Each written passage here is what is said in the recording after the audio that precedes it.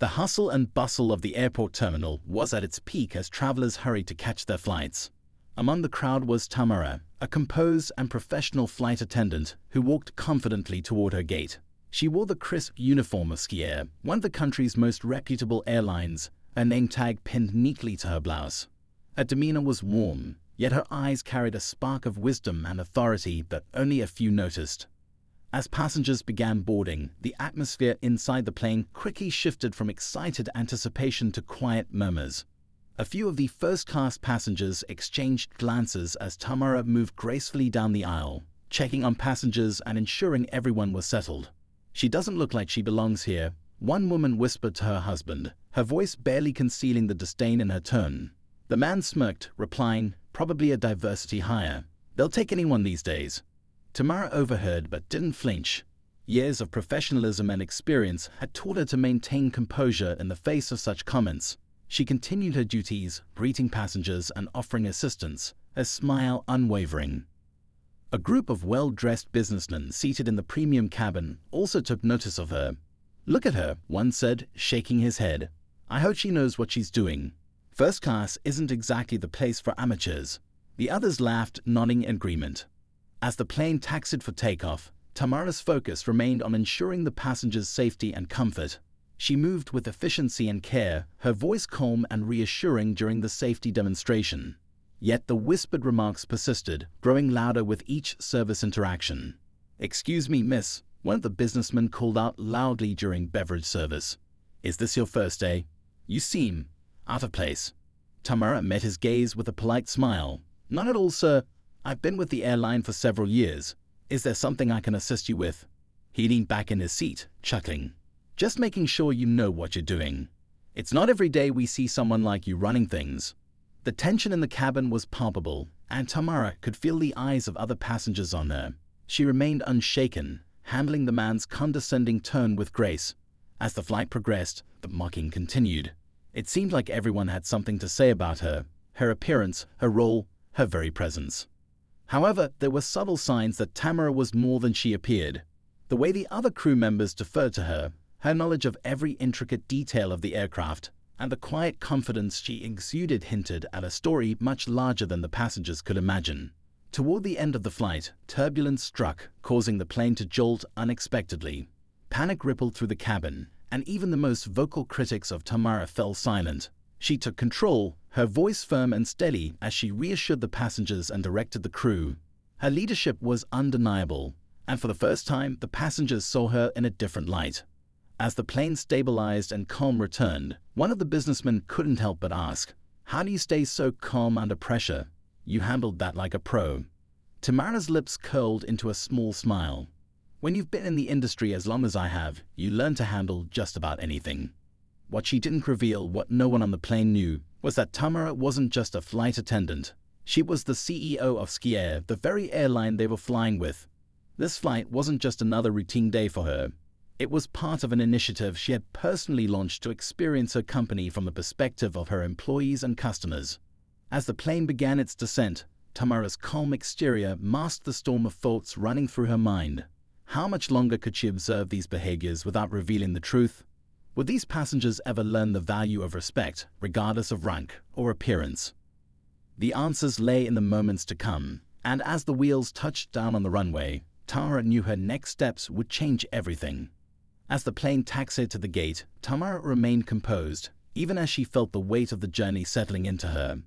The murmurs from earlier had quieted, but the lingering tension in the cabin was undeniable. Many of the passengers who had been vocal in their judgments now looked away when her eyes swept over them.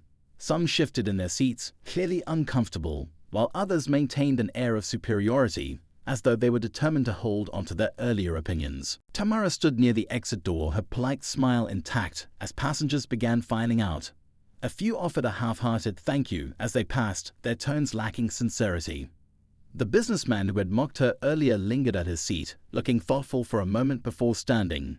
His eyes met hers briefly, but he didn't say a word as he exited the plane. Once the cabin was empty, Tamara let out a small sigh and leaned against the wall for a brief moment. The day had been taxing, but it wasn't anything she hadn't faced before. She'd seen the subtle, and sometimes blatant, ways people treated her differently because of her appearance. It wasn't new, but it never became easier. One of the younger flight attendants, Maria, approached her with a hesitant smile.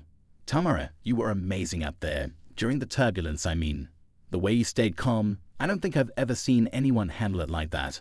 Tamara offered her a warm smile. "Thank you, Maria. It's all about keeping the passengers safe and reassured. You did a great job too." Maria's cheeks flushed with pride, but she hesitated before asking, "Do you ever get tired of, the way some people treat you?" Tamara's smile faltered for just a second, but she quickly recovered. "It's part of the job sometimes," she said gently, "but we can't let it affect how we carry ourselves. Professionalism and kindness go a long way, even when it's not returned." Maria nodded, though her expression was tinged with frustration. "Still, it's not fair." Tamara placed a reassuring hand on her shoulder. "No, it's not. But fairness isn't something we can always count on. What we can do is rise above it and lead by example." As the crew began their post-flight checks, Tamara's mind wandered to the reason she had taken this undercover journey in the first place. Being the CEO of Skiair wasn't just a title to her, it was a responsibility she carried with pride. She had worked her way up from the ground, starting as a flight attendant years ago before proving herself in every role she took on. Her journey had been anything but easy, but it was those challenges that shaped her into the leader she was today. When she became CEO, she knew she wanted to do more than sit in an office making decisions. She wanted to understand every aspect of the business, from the perspective of the customers to the experiences of her staff. That's why she had decided to spend time working as a flight attendant again, anonymously observing how things operated on the ground level. But today's flight had been an eye-opener. Despite all the progress she thought society had made, there were still those who judged others based on appearances, dismissing their abilities and worth without knowing their stories. It was a reminder of the work that still needed to be done, not just within her company, but in the world at large. As she exited the plane and stepped into the bustling terminal, Tamara's mind raced with ideas. How could she use this experience to create meaningful change? How could she ensure that her employees and anyone who flew with Skiair felt respected and valued, no matter who they were? She was so lost in thought that she almost didn't notice the businessman from earlier standing near the gate. He was looking at his phone but glanced up when he saw her. For a moment, he seemed to wrestle with whether or not to approach her. Finally, he took a step forward. "Excuse me," he said, his tone hesitant. "I just wanted to say, you handled things really well up there. I guess I underestimated you." Tamara regarded him carefully. His words were an acknowledgement, but they didn't feel like an apology. Still, she chose to respond with grace. "Thank you," she said simply. "I'm glad you felt safe during the flight." He nodded, looking slightly uncomfortable. "Yeah, well, good job." With that, he turned and walked away, leaving Tamara with mixed emotions. She had dealt with people like him her whole life. Those who offered backhanded compliments or refused to acknowledge their biases outright. It wasn't satisfying, but it wasn't surprising either. What mattered more to her was the bigger picture. How to shift perspectives and create an environment where such judgments wouldn't even occur. Later that evening, Tamara sat in her hotel room, reflecting on the day. Her laptop sat open on the desk, the screen filled with notes she had been compiling throughout her undercover experience. She added a few more thoughts about today's flight, documenting the behavior she had witnessed and the reactions of both passengers and crew. The knock on her door interrupted her thoughts. She opened it to find Maria standing there, looking nervous. "Hi, Tamara. I hope I'm not bothering you," Maria said quickly. I want to talk about something." Tamara stepped aside, motioning for her to come in. "Of course, Maria. What's on your mind?" Maria hesitated, wringing her hands before finally speaking. "I just wanted to say thank you for standing up for me earlier, even if it wasn't obvious. I saw the way you handled those passengers who were being rude. You didn't let them get to you, and it made me feel stronger too." Tamara's heart swelled with pride. "Maria, you don't have to thank me. What we do isn't just about serving drinks or following procedures. It's about setting an example, even when it's hard, and you're stronger than you think. Never let anyone make you feel otherwise." Maria smiled, her confidence renewed. "I won't forget this," she said before leaving the room. As Tamara closed the door, she felt a renewed sense of purpose. This journey wasn't just about observing. It was about inspiring change one step at a time. And while the road ahead was still uncertain, she knew she was exactly where she needed to be. The next morning, Tamara arrived early at the airport for her return flight, her mind still replaying the events of the previous day. There was a growing restlessness within her, a need to take action, though she wasn't yet sure how. As she made her way through the terminal, she noticed Maria waiting at the gate, her uniform neatly pressed and her expression determined. "Good morning." Maria greeted her with a bright smile. "I requested to work this flight with you." Tamara raised an eyebrow, surprised but pleased. "That's very thoughtful of you. Are you sure you want to?" Maria nodded firmly. "After yesterday, I want to see how you handle things again. I think I can learn a lot." Tamara smiled warmly, appreciating Maria's eagerness. "All right, let's do our best today." As passengers began to board, Tamara noticed a familiar face.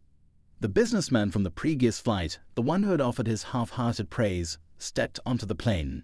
He was accompanied by a colleague this time, a sharply dressed man with an air of self-importance. They took their seats in the premium cabin, and Tamara could feel their eyes following her as she moved through the aisle. "Look who it is," the businessman whispered to his colleague. "Our favorite flight attendant. Let's see if she impresses you as much as she impressed me yesterday."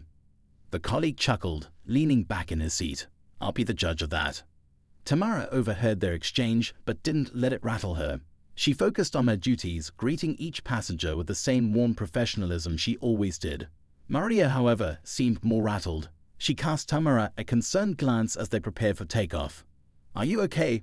Maria asked quietly. "I'm fine," Tamara replied calmly. "Just remember to stay focused on the job. That's what matters." As the flight progressed, the tension in the cabin grew. The two businessmen continued to make comments, their voices just loud enough to be heard by those around them. They joked about the service, the airline, and even the appearance of the crew, their words dripping with condescension. At one point, the colleague waved Tamara over with an exaggerated gesture. "Excuse me, miss," he said, his tone mocking.